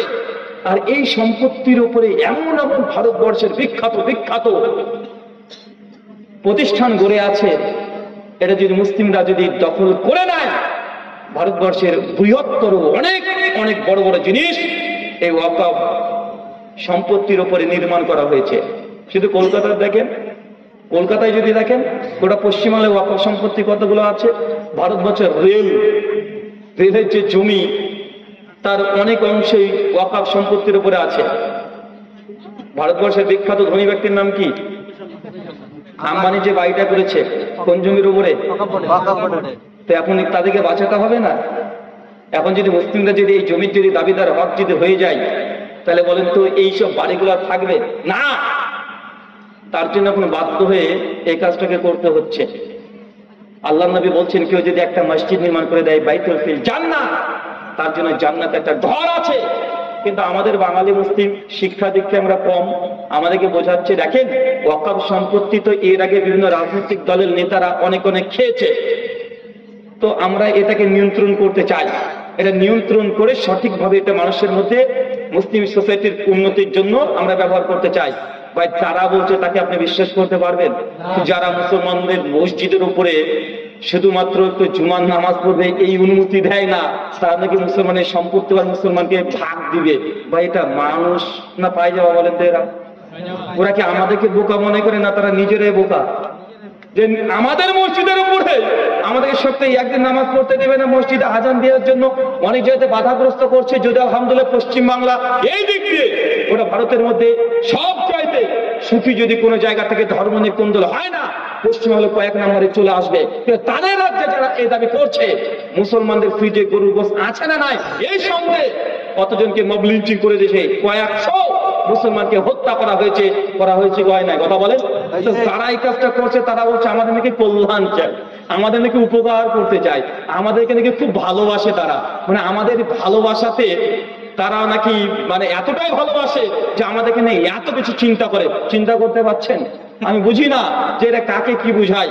আমি রাজনীতি নিয়ে কোনোদিন কথা বলিও না, রাজনীতি করতেও চাই না। তবে এ কথা বলি মুসলমানের সম্পত্তি যারা খেয়েছে, কিন্তু তুমি তো শুধু খাবে না, পুরো দখল করে নিবে। আমার জমি পড়ে আছে এখানে, আমি এটা একটা কাজ করি না, গ্রামের মানুষ এসে মানে ছাগল চড়াচ্ছে, নিজে উপকৃত হচ্ছে, ঠিক আছে সমস্যা নেই, করতে থাক। কিন্তু কেউ যদি এসে বলে জমিটা এমন আমার, দখল করে নিয়ে চলে যেতে চাই, তাকে দেবেন? আমার সম্পত্তি যারা খাচ্ছে খাক, মুসলমানরা কোনো অভিযোগ প্রতিবাদ করছে না। কিন্তু যখন দখলদারিত্ব হচ্ছে তখন মুসলমান কি বসে থাকবে? কথা বলেন না। মুর্শিদাবাদকে কেন্দ্র করে গোটা পশ্চিম বাংলাতে এখন আগুন দাও দাও করে জ্বলাচ্ছে। মুর্শিদাবাদ নাকি এখানে দাও দাও করে আগুন জ্বলছে, মুসলমানরা নাকি হিংসা করছে। ভাই প্রত্যেকটা ফেক নিউজ, প্রত্যেকটা সোশ্যাল মিডিয়াতে এখন দেখা যাচ্ছে যে ঝাড়খণ্ড বিহার থেকে 170 জন পুলিশ গ্রেফতার করেছে। সেই দিন 170 জনের মধ্যে সিংহভাগ তারা হিন্দি ভাষাতে কথা বলছে। এই মালগুলো কি? পশ্চিমবাংলার সুতি, শামশেরগঞ্জ, ধুলিয়ান, এরা হিন্দি কথা বলে নাকি? আরে এটা বাঙালি, তা তার চার্জশিট থেকে সবাই হিন্দি বলছে। কে ভাই এরা? কে এরা? কোথা থেকে এসেছে? সব অন্য জায়গা থেকে এখানে ঢুকে পড়েছে। মুর্শিদাবাদকে, পশ্চিমবাংলাকে, যেখানে আজ পর্যন্ত অধীর রঞ্জন চৌধুরী গত 3 দিন আগে ভাষণ দিয়েছে, পশ্চিমবাংলার মুর্শিদাবাদের আমাদের প্রাক্তন এমপি, সংসদে তিনি ছিলেন কংগ্রেস থেকে। কোন ধর্ম আমরা এটা দেখতে চাই না, সে কোন পার্টি করে এটা দেখতে চায় না। অধীর রঞ্জন চৌধুরী চমৎকার একটা কথা বলে দিয়েছেন গত 3 দিন হলো। তিনি বলেছেন পশ্চিমবাংলায় মুসলমানরা কমপক্ষে 60% মুসলিম আছে, শামশেরগঞ্জে 80% মুসলমান আছে। মুসলমানরা যদি আতঙ্কবাদী সন্ত্রাসী হতো তাহলে এত বছর ধরে তারা একসঙ্গে বসবাস করছো, এতদিন ধরে একটাও হিন্দু এই মুর্শিদাবাদে থাকতে পারতো না। এটা থেকে প্রমাণ হয় মুর্শিদাবাদের মুসলমান এরা কখনোই এরা হিন্দু বিদ্বেষী না, এরা ভ্রাতৃত্ব নিয়ে চলতে চায়। তার জ্বলন্ত দৃষ্টান্ত দীর্ঘদিন ধরে, কয়েকশো বছর ধরে মুর্শিদাবাদে কোনো সাম্প্রদায়িক দাঙ্গা নাই, হয় না। কিন্তু এই দেখেন 2-4 দিন থেকে শুরু হয়ে গেছে। আজ থেকে 3 মাস আগে ওই যে জঙ্গিপুর রেল স্টেশনে একজন বোম রাখতে গিয়ে ধরা পড়েছে হাতে নাতে, মিডিয়াতে দেখেন নাই? ধরা পড়ে যখন তাদেরকে তদন্ত করা হচ্ছে, 2 জন, একজন দাস একজন হালদার টাইটেল, এরা মুসলমান, এরা মুসলমান। কে তদন্ত? বড় বড় মূল স্ট্রিম যেসব মিডিয়াগুলো দেখাচ্ছে না, আজকেও রিপোর্ট পেশ করেছে যে 170 জনকে গ্রেপ্তার করেছে, তার সিংহভাগ মুসলিম না, তারা মুসলিম না, এ রাজ্যেরই না, বাইরে থেকে এসছে। তারা এসে পশ্চিমবাংলাকে অশান্ত করার চেষ্টা করছে। তো জেনে রাখেন কলকাতার অনেক হিন্দু, মুসলিম, খ্রিস্টান, বৌদ্ধ বড় বড় কমিউনিটি আছে, তার রাস্তায় নেমে পড়েছে যে পশ্চিম বাংলায় ভ্রাতৃত্বকে মুসলমান হিন্দু খ্রিস্টান একসঙ্গে মাজাতে মাজা বেঁধে নেমে এইসব হিংসা রাজনীতি পশ্চিম বাংলা থেকে তাড়াতে হবে। আমাদের একটাই কাজ, আমরা ধর্ম চর্চা করি কিন্তু আমরা হিংসা ছড়াই না। হিংসা ছড়াই কথা বলেন? আল্লাহ সুবহানাহু ওয়া তাআলা এই আমাদের প্রত্যেকজনকে এইসব কথাগুলো বোঝার তৌফিক দান করে। বলি আল্লাহুম্মা আমিন। সম্মানিত শুধু প্রথম আমল বললাম, এক, দুনিয়াতে একটা মসজিদ কায়েম করা। তাই জান্নাতে কি পাবেন? জান্নাতে ঘর পাবেন। অনেকে ভাবছেন যে রুহুল ভাই মসজিদ তৈরি করে কি চারটে কিনে ব্যাপার, আমি সাধারণ মানুষ, এত সম্পত্তি তো আমার নেই। চাচা টেনশন করবেন না। সুনান ইবনে মাজাহ হাদিস নাম্বার 798, আল্লাহ নবী বলছেন কেউ যদি দুনিয়াতে একটা পায়রার ডিমের সমান, বলেন তো কিসের সমান? পায়রার ডিমের সমান যদি মসজিদ তৈরি করে দেয়, বাইতুল ফিল জান্নাত, তার জন্য আমি আল্লাহ জান্নাতে একটা ঘর দেব। পায়রার ডিমের সমান মসজিদ তৈরি করতে হবে, পারবেন? এমন ভাবছেন, টেনশনে পড়ে গেল, পায়রার ডিমের সমান মসজিদ হয় নাকি? এখন ওই মসজিদে মানুষ নামাজ পড়বে না পায়রার বাচ্চা নামাজ পড়বে? এই হাদিসের ব্যাখ্যা করছে ইমাম আসকালানী ফাতুল বারি আলা সাহিহুল বুখারী হাদিস 450 ব্যাখ্যা করে তিনি বলছেন এখানে পায়রার ডিমের সমান বলার অর্থ এটাই, কোন মুসলমান যদি দুনিয়াতে আল্লাহর জমিনে একজন মানুষ নামাজ পড়তে পারে এমন এক ব্যবস্থা করে দেয়, তারপরে তাকে জান্নাতে ঘর দেওয়া হবে। এখন আপনি হাদিসটা বুঝতে পারলেন না, চলেন আপনার ভাষাটা আপনাকে বুঝিয়ে দিই। এলাকাতে রাজমিস্ত্রি আছে, ইঞ্জিনিয়ার আছে, কালকে চলে যাবেন, বলেন দাদা একজন মুসলমান, একজন মানুষ নামাজ পড়ার জন্য কতটুকু জায়গা লাগে? আমার হিসাব 2 ফিট বাই 4 ফিট, মানে একটা জায়নামাজ, এক মুসাল্লা 2 ফিট বাই 4 ফিট। রাজমিস্ত্রিকে বলেন যে দাদা 2 ফিট বাই 4 ফিট ইট, সিমেন্ট, বালি, রং মিস্ত্রি, যাবতীয় মিস্ত্রি, টোটাল একটা স্ট্রাকচার দাঁড় করাতে কত টাকা খরচ হবে বলেন তো? ইঞ্জিনিয়ার বা রাজমিস্ত্রি বলতে পারবে কি পারবে না? পারবে। আপনি বলে দেবেন 40,000 বা 45,000 বা 80,000। আপনি নিয়াত করে নেন যে একজন ব্যক্তি নামাজ পড়তে পারে এতটা জমিন হলেও এই আল্লাহর জমিনে একটা মসজিদ আমি তৈরি করে দিয়ে দিব।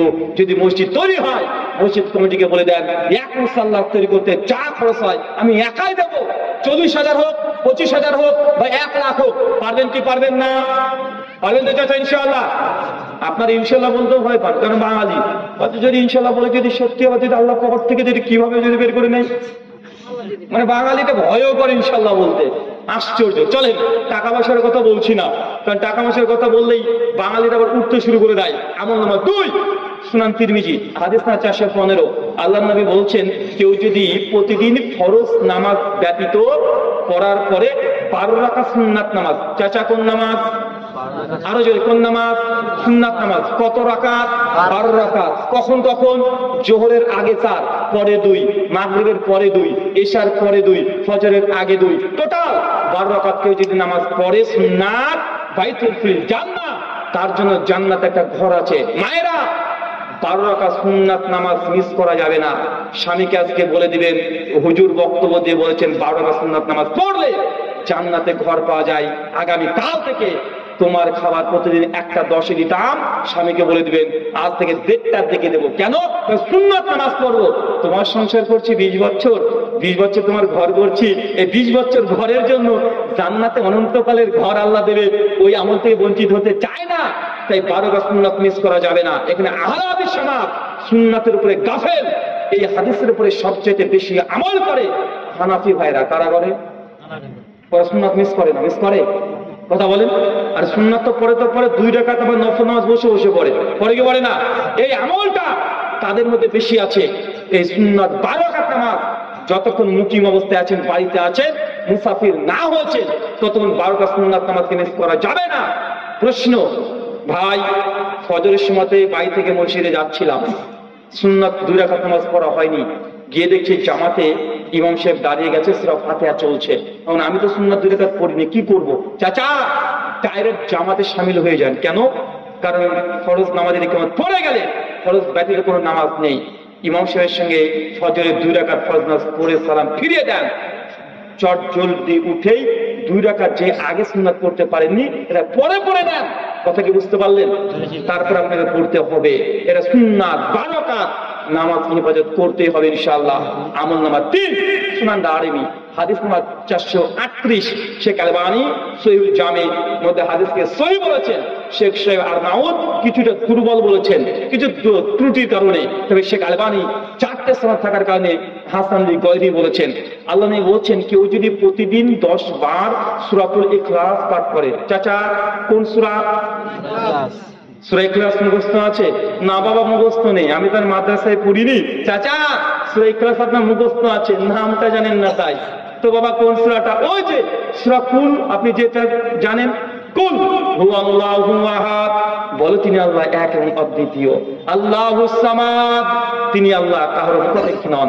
লাম ইয়ালিদ ওয়া লাম ইউলাদ, তিনি আল্লাহ কোনো সন্তান জন্ম দেননি, তিনিও কারো সন্তান না। ওয়া লাম ইয়াকুল লাহু কুফুয়ান আহাদ, আল্লাহর সমতুল্য সমকক্ষ কেউ নেই। এই সূরাটা কেউ যদি 10 বার পাঠ করে বাইতুল ফিল জান্নাহ, তার জন্য জান্নাতে ঘর আছে। পড়বো তো ইনশাআল্লাহ? পড়বো তো ইনশাআল্লাহ? আজকের পর থেকে মিস হবে না মায়েরা, 10 বার প্রতিদিন সূরাতুল ইখলাস, এটা মিস করা যাবে না। হুজুর একটা প্রশ্ন আছে। জি, আমরা মেয়েরা 3 দিন 5 দিন 7 দিন অপবিত্র অবস্থায় থাকি, মেন্স পিরিয়ড হাইজ ঋতুস্রাবের কারণে। তো হুজুর এই 3 দিন 5 দিন 7 দিন 10 দিন নাপাক অবস্থায় আছি, এই সময় কি তাহলে সূরা ইখলাস পাঠ করা যাবে? জি, এই সময় তো সূরা ইখলাস যদি মাথায় মুখস্থ থাকে, এই মুখস্থ স্মৃতিশক্তি থেকে আপনি জিহ্বা নড়ে নড়ে আপনি পড়তে পারবেন। এই সময়তে দোয়া, জিকির, আজকার, তাসবিহ, তাহলিল সবগুলো করতে পারবেন। কি পারবেন না? এই সময়তে কোরআন মাজিদকে ডাইরেক্ট টাচ করতে পারবেন না। কি পারবেন না? রোজা রাখতে পারবেন না, নামাজ পড়তে পারবেন না, হজ উমরাতে গিয়ে তাওয়াফ করতে পারবেন না, বাকি সব কাজ আপনি স্বাভাবিকভাবে করতে পারবেন। কথা কি বুঝতে পারছেন? হুজুর তাহলে সূরাতুল ইখলাস কোন সময়ে পড়বো? চাচা কোনো সময় নির্দিষ্ট নেই, যে কোনো সময় 24 ঘন্টার মধ্যে 10 বার পড়লেই হবে। প্রশ্ন, রান্না করছিলাম, রান্না করতে করতে মনে পড়ে গেছে আজকে পড়িনি, তাহলে এখন কি করতে পারবো? যে রান্না অবস্থাতে পড়তে পারবেন। হুজুর বিছানায় শুয়ে পড়েছি, শুয়ে শুয়ে পড়া যাবে? যে যাবে। রাস্তাতে দৌড়ছি, পড়তে পারবো? পারবেন। বাসে, ট্রেনে, সব জায়গায় পড়তে পারবেন। প্রস্রাব আর পায়খানা ঘর বাদ দিয়ে যে কোনো জায়গাতে আপনি কোরআন মাজিদের সূরাতুল ইখলাস 10 বার পাঠ করতে পারবেন। ইনশাআল্লাহ পড়া যাবে তো? পড়া যাবে মানে তাহলে হুজুর আর মসজিদ নির্মাণ করবো না, ফালতু তো টাকা দিয়ে মসজিদ নির্মাণ করে লাভ কি? 10 বার সূরা ইখলাস পড়লেই তো জান্নাতে ঘর। আর বলছে হুজুর আপনি বলেন কি? আপনি বলতে বলতে আমি 7 বার পড়ে বলেছি অলরেডি। আর মনে মনে স্বপ্ন দেখছে 7 বার পড়েছি মানে জান্নাতে আমার ঘরের এখন লিন্টন ঢালাই চলছে। ভাই এটা একদিন করলেও হবে না। যদি মনে করেন যে একদিন পড়বে না জান্নাতে ঘর পেয়ে যাবেন, এটা একদিনকার আমল নয়, এটা আমলে খাস, এটা খুশুসি আমল, ব্যক্তিগত পার্সোনাল আমল।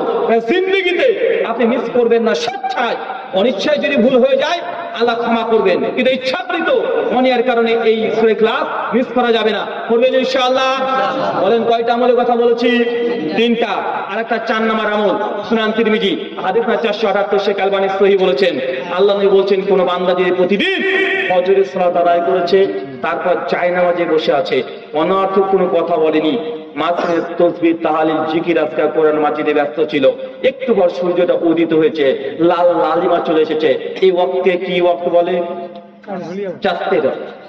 কেউ যদি চাঁদের 4 রাকাত সালাত যদি আদায় করে, আল্লাহ বলছেন বাইতুল ফিল জান্নাহ, তার জন্য জান্নাতে ঘর আছে। চাচা ফজরে আপনি যান আমি জানি, কিন্তু ফজরের নামাজ দ্রুত আপনি শেষ করে দৌড়তে দৌড়তে গিয়ে চায়ের দোকানে গিয়ে আড্ডা দেন, গিয়ে বলেন একটা দুধ চা দে আর 350 জর্দা দে, পান দে।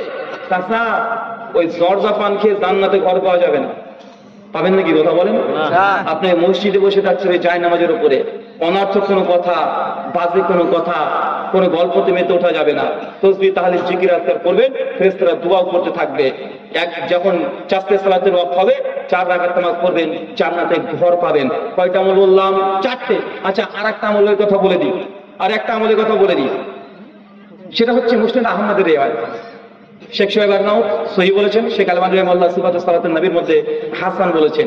আল্লাহ নবী বলছেন তুমি যখন কাতারে দাঁড়াবে, কাদের সঙ্গে কাঁধ, পায়ের সঙ্গে পা লাগিয়ে দাঁড়াও, মাঝখানে ফাঁকা বন্ধ রাখো।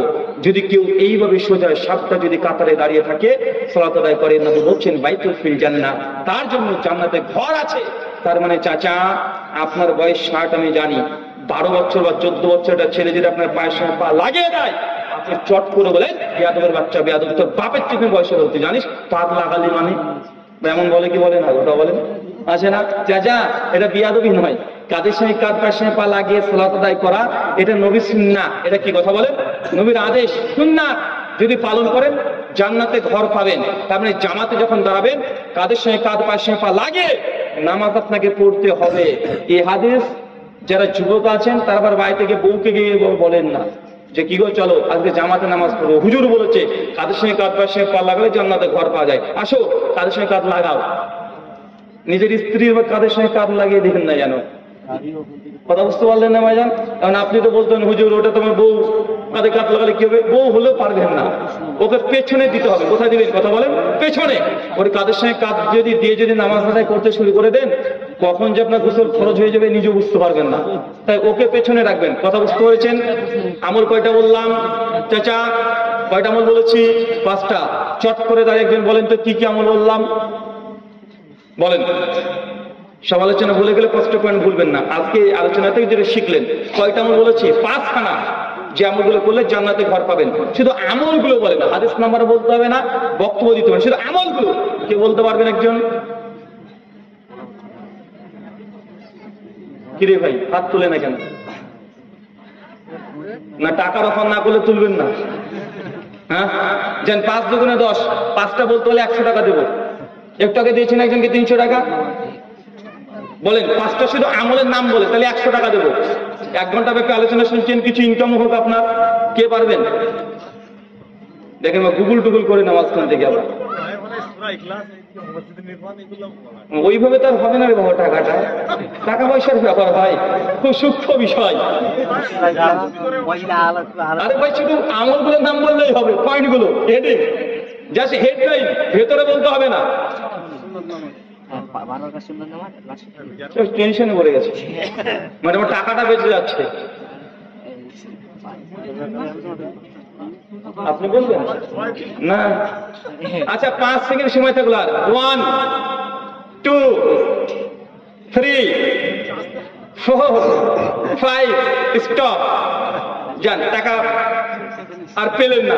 আমি বলে দিই, 1 মসজিদ নির্মাণ করা, মসজিদের জন্য ব্যয় করা। মায়েরা, মসজিদের জন্য যদি কোনোদিন কেউ চাঁদা চাইতে আসে 1 টাকা দিলেও দেবেন, খালি হাতে করে ফেরত দেবেন না। যদি টাকা পয়সা না থাকে খালি হাতটা ওই ব্যাগের মধ্যে দিয়ে বরকতের দোয়া করে দিবেন যে আল্লাহ তুমি এই মসজিদকে কবুল করো। আসমানের রব যদি একবার কবুল করে নাই, ইনশাআল্লাহ মসজিদ অটোমেটিকই তৈরি হবে। আমল 2, 12 রাকাত সুন্নাত নামাজ। 3 সূরাতুল ইখলাস 10 বার। 4 চাস্তে সালাত 4 রাকাত। 5 জামাতে যখন সালাত আদায় করবেন কাদের সঙ্গে কাঁধ, পায়ের সঙ্গে পা লাগিয়ে দাঁড়াতে হবে। মনে থাকবে তো এবার ইনশাআল্লাহ? নাচেত আমরা আলোচনা করে চলে যাই ঘন্টা ব্যাপী ধরে, তখন বলছে এই কেমন আলোচনা হয়েছে রে? যে জবর আলোচনা হয়েছে, হেপি হয়েছে, কঠিন দিয়েছে। তো কি বলেছে ভাই? যে কি যে বলেছে চুলকাচ্ছে, কিসে বললো সব ভুলে গেছে ভাই। এই আলোচনা মানে আছে যদি আপনি কিছু নিয়ে যেতে না পারেন বাড়ি পর্যন্ত। 5টা মানে থাকবে ইনশাআল্লাহ। আল্লাহ তুমি 5টা আমল বলে যে কোনো একটা আমল আমাদের জন্য কবুল করে নেয়। সকলে বলি আমিন। প্রশ্ন করেছে? জি জি, শুকরান, বারাকাল্লাহ ফিক, জাযাকাল্লাহ খায়রান। প্রশ্নোত্তর হবে, কে একজন উঠবেন না, জাস্ট 15 মিনিট এখন প্রশ্নোত্তর পর্ব হবে। শেখ মাদানী হাফেজাহুল্লাহ তিনি প্রশ্নের অ্যান্সার করবেন। সুন্নাতি দোয়া আছে, মসজিদ সঙ্গে দোয়া আছে, এই দোয়ার আদব যেন রক্ষা করে যেন। বারাকাল্লাহ ফিক। আমার চেয়ে তো দূরে নাকি রে ভাই? আচ্ছা আচ্ছা, মাশাআল্লাহ, বারাকাল্লাহ ফিক, শুকরান, ঠিক আছে, বারাকাল্লাহ। সুন্নাতি দোয়া খতম করে যাবেন, ঠিক আছে? আগে আগে কে কে পালাবেন বলেন তো, হাত তোলেন এবার। হ্যাঁ, সুন্নাতি দোয়া না পড়ে কে কে চলে যাবেন একটু হাত তোলেন তো দেখি। মাশাআল্লাহ, সব ভালো ছেলে রে ভাই। আল্লাহ তুমি কবুল করে সকলকে আমিন। আলাইনা ইল্লাল বালাগ। আসসালামু আলাইকুম ওয়া রাহমাতুল্লাহি ওয়া বারাকাতুহু। জি স্যার। জাযাকাল্লাহু খায়রান ওয়া আহসানাল জাযা। এতক্ষণ ধরে করার বিষয় সুন্নার খুব মূল্যবান বক্তব্য ওনার কাছ থেকে শুনলাম। আমার পূর্বেই বিজ্ঞাপিত ছিল যে প্রশ্ন উত্তর পর্ব থাকবে ইনশাআল্লাহ। আপনাদের যে প্রশ্নগুলো কিছু এসছে এবং আপনারাও প্রশ্ন করতে পারেন বা আমাদের কাছ থেকে বলছি প্রশ্ন দিতে পারেন। আমাদের দক্ষিণ দিনাজপুর জেলা জামাতে আহলে হাদিসের আমির জনাব শেখ জাহাঙ্গীর আলম মাদানী সাহেব, উনি আপনাদের প্রশ্নের উত্তরগুলো দেবেন। তো প্রশ্নটা পড়ে দিচ্ছি। একটা প্রশ্ন এসছে, আসসালামু আলাইকুম, বর্তমানে ফিলিস্তিন গাজাবাসীদের না খেয়ে দিন কাটাতে হচ্ছে, এই অবস্থায় আমরা কোন পদ্ধতিতে তাদের কাছে খাওয়ার বা অর্থ পাঠাতে পারি? বিসমিল্লাহ, আলহামদুলিল্লাহ, সালাতু ওয়াসসালামু আলা রাসূলিল্লাহ ওয়া বা'দ। ভাই, প্রশ্নের উত্তরের আগে একটি ভূমিকা শুনে নিই।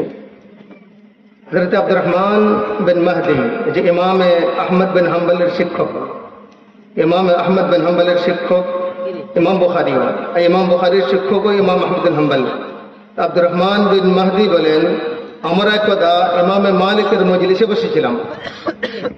হঠাৎ করে আমাদের মাঝে একজন ব্যক্তি দাঁড়িয়ে যায় এবং বলে, ইমামে মালিক, আমি 6 মাস রাস্তা অতিক্রম করে আপনাদের মাঝে এসেছি, 6 মাস রাস্তা অতিক্রম করে আপনাদের মাঝে এসেছি। আমার গ্রামবাসীরা আমাকে একটা প্রশ্ন দিয়ে আপনার কাছে পাঠিয়েছে, আপনার এই উত্তর নিয়ে গ্রামবাসীর কাছে ফিরে যাব। ইমামে মালিক রাহিমাহুল্লাহ উত্তর দেন, ভাই শোনো, প্রশ্ন শোনার পর যদিও রাবি তার প্রশ্ন বলেনি, তিনি উত্তর দিচ্ছেন, তুমি তোমার গ্রামবাসীকে যে বলবে ইমামে মালিক বলেছে, এর আমি সঠিক উত্তর জানি না, এর আমি সঠিক উত্তর জানি না। ইমামে মালিককে আবার প্রশ্ন করা হয়, আরে গ্রামবাসী আমাকে এই জন্যই পাঠিয়েছে, 6 মাস রাস্তা অতিক্রম করে এসেছি, আবার 6 মাস রাস্তা অতিক্রম করে যাব। গ্রামের লোক জিজ্ঞাসা করলে কি উত্তর দেব? বলবে ইমামে মালিক উত্তর দেন, লা আদরি কিংবা মা আদরি, আমি এর উত্তর জানি না। ওইভাবেই ইমামে শাফিঈ ছাত্র, ইমামে মালিক শিক্ষক। তিনি বলেন, ইমামে শাফিঈ রাহিমাহুল্লাহ, ইমামে মালিককে 48টা প্রশ্ন করা হয়। 48টা প্রশ্নের মধ্যে 32টা প্রশ্নের উত্তরে ইমামে মালিক রাহিমাহুল্লাহ বলেন, মা আদরি, লা আদরি, আমি এর উত্তর জানি না, আমি এর উত্তর জানি না। এই জন্য এই প্রশ্ন উত্তর পর্বটা খুবই সূক্ষ্ম। কারণ যখন আমরা ফতোয়া দিব, ফতোয়া হলো আল্লাহ রসুলের পক্ষ থেকে স্বাক্ষর করা, আল্লাহ রসুলের পক্ষ থেকে স্বাক্ষর করা। এই জন্য এটা সাধারণ বিষয় নয়, সাধারণ বিষয় নয়। এই জন্য প্রতিটা প্রশ্নের উত্তর দিতে হবে তাও নয়। এই জন্য গাজাবাসীরা যদি না খেয়েও থাকে, আমাদের জন্য যদি করণীয় সব থেকে বড় হাতিয়ার আপনার দোয়া, সব থেকে বড় হাতিয়ার হলো আমাদের জন্য দোয়া। আল্লাহ তাআলা আমাদেরকে যে দোয়া শিখিয়েছে, আমরা তাদের জন্য দোয়া করব। কারণ এই ছাড়া আপনার আর করণীয় কিছুই নেই। আপনি এখান থেকে তাদের জন্য কিছুই করতে পারবেন না। দোয়া, কুনুতে নাযিলা, আল্লাহ রাসূল সাল্লাল্লাহু আলাইহি ওয়াসাল্লাম আমাদেরকে শিখিয়েছেন। যখন রেল ও জাফওয়ান আল্লাহ রাসূল সাল্লাল্লাহু আলাইহি ওয়াসাল্লামের কাছ থেকে 70 জন সাহাবা কোরআনের হাফেজ এবং 10 জন কোরআনের হাফেজকে নিয়ে যায়, তাদের ফাঁকি দিয়ে, আল্লাহ রাসূল, আমাদের এলাকার লোকেরা মুসলমান হয়ে গেছে, তাদেরকে কোরআন শিক্ষার প্রয়োজন রয়েছে, আল্লাহ রাসূল আমাদেরকে কিছু হাফেজ দিন না। তার কাছ থেকে নিয়ে যে রাস্তায় নিয়ে গিয়ে তাদেরকে হত্যা করা হয়। রাসূলুল্লাহ সাল্লাল্লাহু আলাইহি ওয়াসাল্লামের খবর পৌঁছালে তিনি 1 মাস ধরে কানাত রাসূলুল্লাহ সাল্লাল্লাহু আলাইহি ওয়াসাল্লাম শাহরান বাদ রুকু, রাসূলুল্লাহ সাল্লাল্লাহু আলাইহি ওয়াসাল্লাম রুকু থেকে দাঁড়িয়ে প্রতি ফরজ নামাজের পরে টানা 1 মাস পর্যন্ত তাদের জন্য বদদোয়া করেছিলেন। এই জন্য আমাদের যদি মুসলমানদের উপরে কোথাও জুলুম অত্যাচার হয়, সেই জায়গায় যদি আমরা সশরীরে না পৌঁছাতে পারি, আমাদের জন্য বড় হাতিয়ার, বড় অস্ত্র হলো দোয়া। 5 ওয়াক্ত নামাজের পরে আমরা রুকু থেকে দাঁড়িয়ে গিয়ে কুনুতে নাযিলার দোয়া রাসূলুল্লাহ সাল্লাল্লাহু আলাইহি ওয়াসাল্লামের সুন্নাত দ্বারা প্রমাণিত। এই জন্য দোয়া আপনার কারেন্টের মতো কাজ করে। যেমন আপনি এখানে সুইচ টিপলে যত দূরে আপনার লাইট লাইট জ্বলে উঠে, যদি আপনি দোয়া করেন, এই দোয়া কারেন্টের মতো কাজ করে ইনশাআল্লাহ। যেহেতু আমাদের বর্তমান যুগে আমরা অসহায়, কিছু করতে পারছি না, এই জন্য দোয়া হলো আমাদের জন্য বড় হাতিয়ার। কমসে কম এই কাজটা আমরা করতে পারি। আল্লাহ তাআলা আমাদেরকে তৌফিক দিক এবং গাজাবাসীকে আল্লাহ তাআলা সুস্থ রাখুক। আমিন। দ্বিতীয় প্রশ্ন হচ্ছে, ইসলামে যে জিহাদের কথা এসেছে, কোন পরিস্থিতিতে এবং কিভাবে তা বাস্তবায়ন সম্ভব? জিহাদ যতক্ষণ পর্যন্ত আমাদের সরকার, যতক্ষণ পর্যন্ত ইসলামিক রাষ্ট্র হবে না এবং আমার এক সরকারের মাটি হাতে থাকবো না, ততক্ষণ পর্যন্ত জিহাদ আমরা করতে পারবো না। এই জন্য জিহাদ, যেমন সৌদি আরব, তাদের নির্ধারিত সরকার রয়েছে, ইসলামিক সরকার রয়েছে। সরকার যদি পারমিশন দেয়, সরকারের তত্ত্বাবধানে কোন মানুষ যদি জিহাদে যেতে চায়, আপত্তি নেই। বাকি হলো কি, আল্লাহ রাসূল সাল্লাল্লাহু আলাইহি ওয়াসাল্লামের সব থেকে বড় জিহাদ কি? সব থেকে বড় হিজরত হচ্ছে গুনাহকে ছেড়ে দেওয়া, সব থেকে বড় হিজরত হচ্ছে গুনাহকে ছেড়ে দেওয়া। ওইভাবে যদি আমরা দেখি জিহাদ, সব থেকে বড় জিহাদ হচ্ছে নিজের আত্মার সঙ্গে জিহাদ করা, নিজের আত্মার সঙ্গে জিহাদ করা। আপনার শরীরে 360টি অঙ্গ প্রত্যঙ্গ আছে, জোড়া আছে। আল্লাহ রাসূল সাল্লাল্লাহু আলাইহি ওয়াসাল্লাম হাদিসের মধ্যে বলে, আলা ইন্না ফিল জাসাদ মুযগা, তোমাদের শরীরে এমন একটা টুকরা আছে, এই টুকরাটা যদি ভালো থাকে তাহলে তোমার শরীর ভালো থাকে, আর যদি এই টুকরাটা নষ্ট হয়ে যায় শরীর নষ্ট হয়ে যায়। আল্লাহ রাসূল সাল্লাল্লাহু আলাইহি ওয়াসাল্লাম আলা ওয়াহিয়াল কলব, এটা হচ্ছে তোমার অন্তর। এই জন্য আপনার শরীরের অন্তর হচ্ছে আপনার প্রধানমন্ত্রী। আপনার শরীরের এই প্রধানমন্ত্রী কি আপনার অঙ্গ প্রত্যঙ্গগুলোকে ঠিক করে চালিত করতে পারে? আপনার অন্তর কি আপনার চোখকে ইসলামিক পথে চলাতে পারে? আপনার এই অন্তর কি হাতগুলোকে ইসলামিক পথে চলাতে পারে? আপনার এই অন্তর কানকে কি ইসলামিক পন্থায় ব্যবহার করাতে পারে? আপনার এই অন্তর পাকে কি চালিত করতে পারে? একজন মানুষ, আপনি যদি নিজের আত্মাকে কন্ট্রোল করতে পারেন, এটা হচ্ছে সবথেকে